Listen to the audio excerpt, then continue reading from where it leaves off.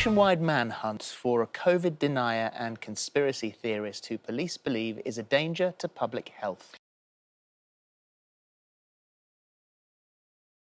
Well, Toby Hayden-Lee is wanted by police in connection to an incident at Surrey Hospital where he allegedly entered a COVID ward without a mask and attempted to remove an elderly COVID patient. Well, NHS doctors and nurses are alarmed about the growing risk of COVID conspiracy theorists entering hospitals, and a video of the incident has since been posted on social media. So this is some of what happened.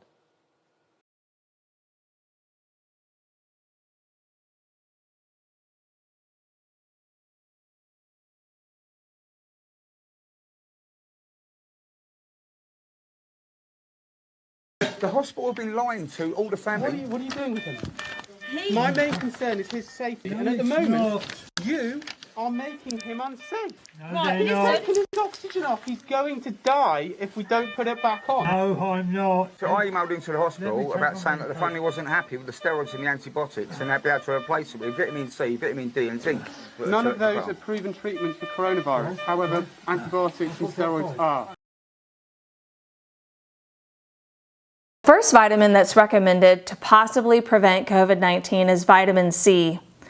The EVMS protocol recommends vitamin C 500 milligrams twice a day, and it's used to shorten length of stays in the ICU with other respiratory illnesses, as well as receiving it intravenously.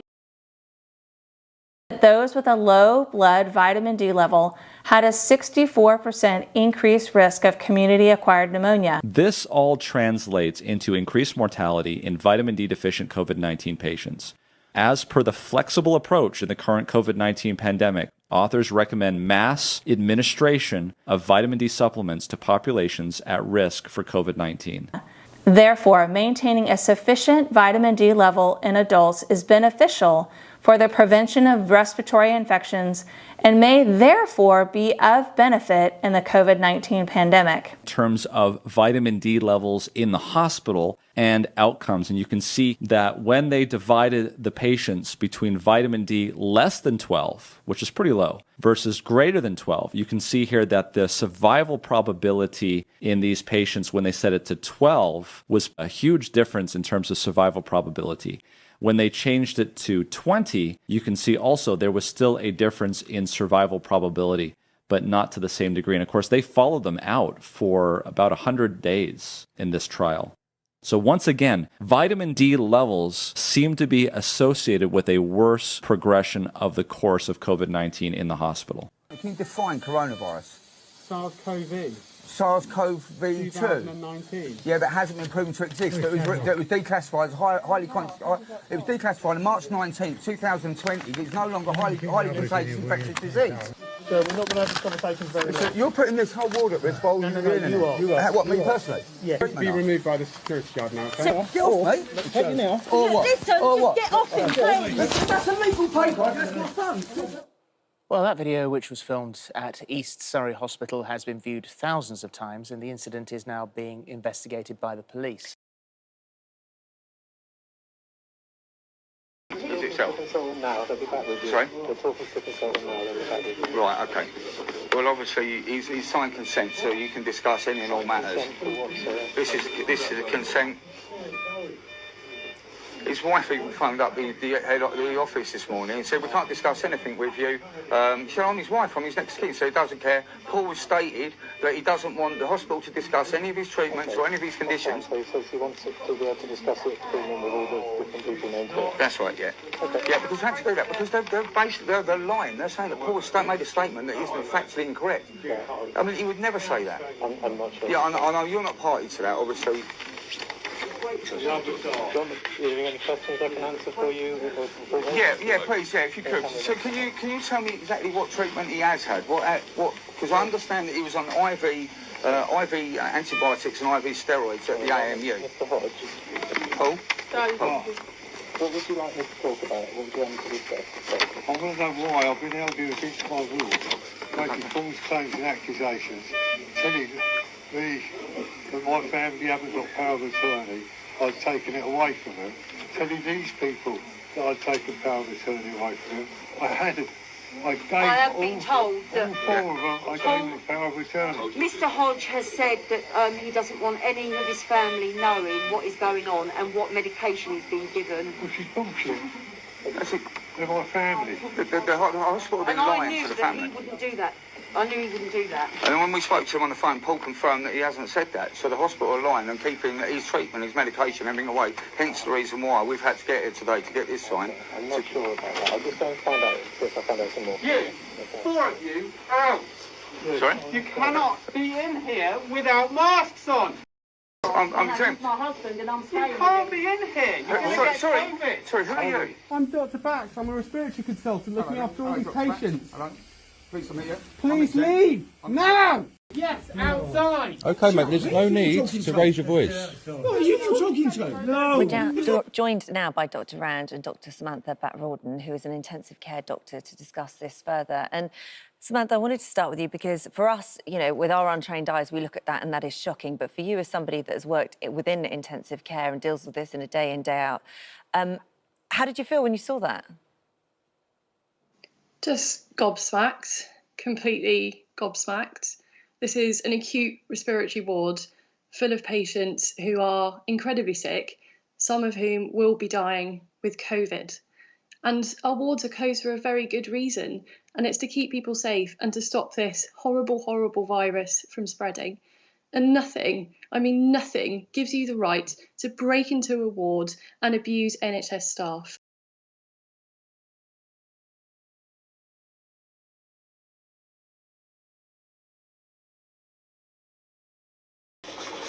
Hello. All right. You all right there? Yeah? Here comes in, Paul.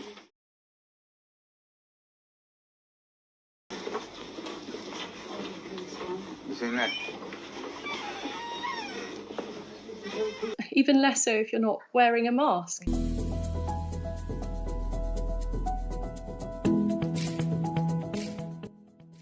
If you do not have any respiratory symptoms such as fever, cough, or runny nose, you do not need to wear a medical mask like this one.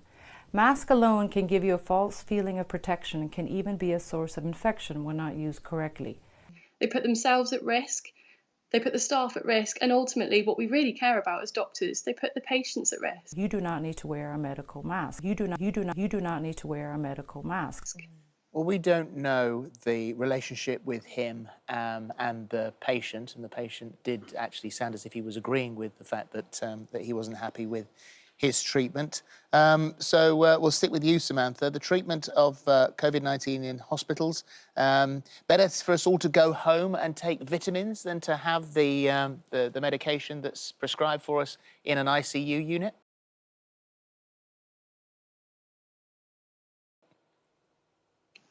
Please don't.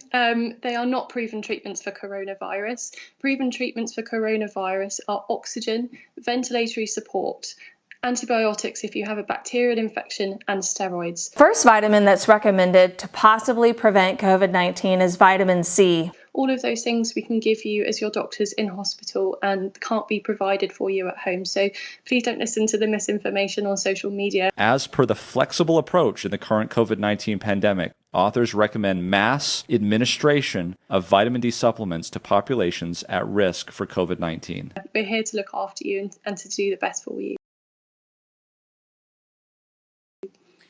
Dr. Ranj, you look at that and you think, God, you just can't believe what some people will do to go into a hospital and behave like that. And you could focus on that bit, which of course we must today. But also it's important to focus on the doctor there who was so calm and in control. Leave now! Sorry. And that was, I mean, that was extraordinary, really. Yeah, it's admirable that he was able to keep his cool, I think. I'm Dr. Bax. I'm a respiratory consultant looking after all these patients. Hello. Please meet you. Please leave now! Sorry. It's really hard as a medical professional to limit your emotions when you're in a situation like that, but you have to be professional. What we must remember is that most people do not actually mean other people harm. This is a family that is concerned about their relative, and they are doing what they think is best, and you have to try and understand where they're coming from. However, the basis on what they're thinking they are doing their best is completely inaccurate. It's actually dangerous. And just as Samantha pointed out, it's these are not proven treatments that they were reeling off. These are treatments that have been thrown around on social media as fake news, and people think that fake news is harmless and doesn't do anything. Actually, it does, and this just goes to show how dangerous it can be. And so can you explain one of the things that was said in that video, and that's the discussion about the virus being declassified? Yeah, so that is basically a technicality. A high consequence infectious disease is classified according to certain criteria. There's 6 things. It's got to be an acute infectious disease. It's got to have a typically high case fatality rate. We don't have effective prophylaxis or treatment, often difficult to diagnose or detect, can spread quickly in the community and healthcare settings, and requires a certain enhanced level of treatment. When something is classified in that category, it just means that we put in certain measures to control it and manage it until we know more or until we are better treating it. When something is declassified, that doesn't make it any less serious. It just means that we don't need those specific measures put in place. Flu, which kills thousands of people every year and we take as a serious illness, is not on that list. That does not mean it isn't serious. And this is the problem when people have a little bit of information but don't understand the totality of information. And that's what fake news does. If you think of flu, which actually is probably less contagious, that's why we managed to get rid of flu completely this year. It implants lies in between 2 truths, so it makes it look true. That's why we managed to get rid of flu completely this year. We do not recommend face masks for general wearing. The evidence on face masks has always been quite variable, quite weak. The evidence is weak and the effect is small. Our advice is clear that wearing a mask if you don't have an infection really reduces the risk, almost not at all. So we do not advise that. Face coverings will become mandatory. The evidence on face masks has always been quite variable, quite weak. And unfortunately, many of us who don't have necessarily the scientific background or the knowledge or time to go out there and research everything may not realise that what we're being told isn't the entire truth. So you've got to follow the evidence in terms of how effective mask wearing is. On face masks, we are guided by the science. The evidence is weak and the effect is small. And the government position hasn't changed. Face coverings will become mandatory. Or a stroke or falling off the roof of a building or something like that. You do not need to wear a medical mask. That's why we managed to get rid of flu completely this year. But you would think also that senior Conservative MPs wouldn't necessarily be following what appears to be the track that you've just described. So Desmond Swayne has urged anti-vaccination campaigners to keep going with their fight against government restrictions, and told them that the NHS capacity figures were being manipulated to exaggerate the scale of coronavirus. Now, Michael Gove has since called for him to apologise, but Samantha, there you go. So that's a senior Tory MP who's saying that the figures are being manipulated to exaggerate the scale of coronavirus. I just can't even. You know, when you're a member of the NHS and you're giving your all and spending 16 hours in PPE and working 7 days a week, you know, working yourself into the ground to keep patients safe, to hear that from somebody representing the government is just, you know, it's really, really upsetting, and it's not acceptable.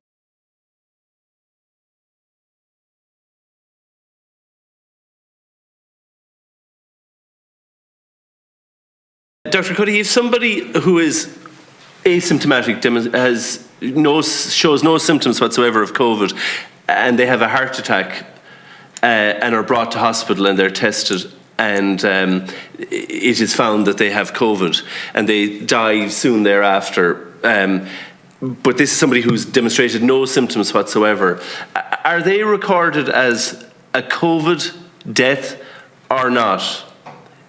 If they have tested positive for COVID, but ultimately came to hospital because they've had a heart attack or a stroke or fallen off the roof of a building or something like that. We adhere to the World Health Organization case definition in terms of the recording and reporting of deaths. So in the situation that you describe, where someone has a positive COVID test, then it is a death in a confirmed COVID case. You know, the pictures that you see of ambulances queues down the road, they are real. and they have sick patients inside because we do not have enough beds to get patients out of ambulances and into A&E. And we can't do that because we don't have enough beds in intensive care to get patients out of A&E who are ventilated in intensive care.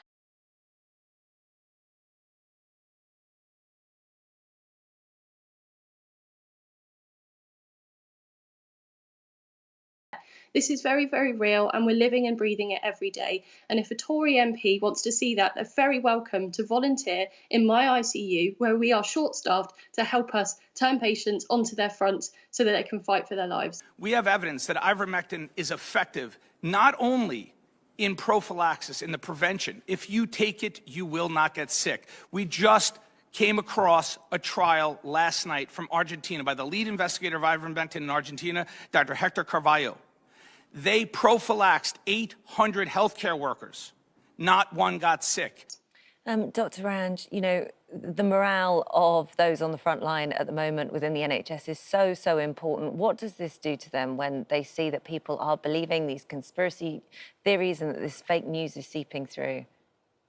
You know what, as healthcare professionals, we understand where people's concern is coming from, and they are just trying to make sense of this horribly chaotic world around us.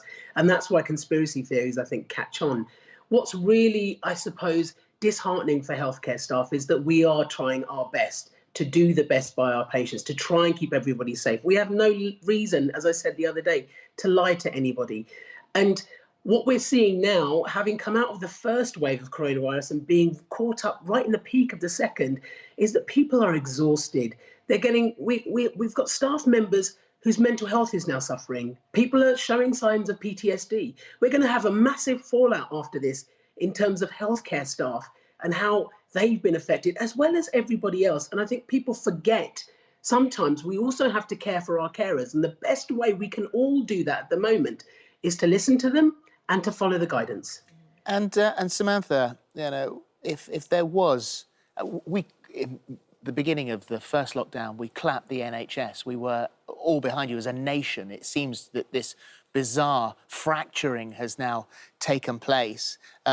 Still the NHS are there for us. Still they work for us. Still you hear the calmness of that doctor attempting to save that man's life. Not be in here without masks on. Please leave now. If we hear the passion in your voice. And if you don't have an NHS, then look to Brazil. Family members are having to care for their relatives with a lack of oxygen in the corridors of overwhelmed hospitals in Manaus, in Brazil. For those patients who don't survive, there is no funeral service.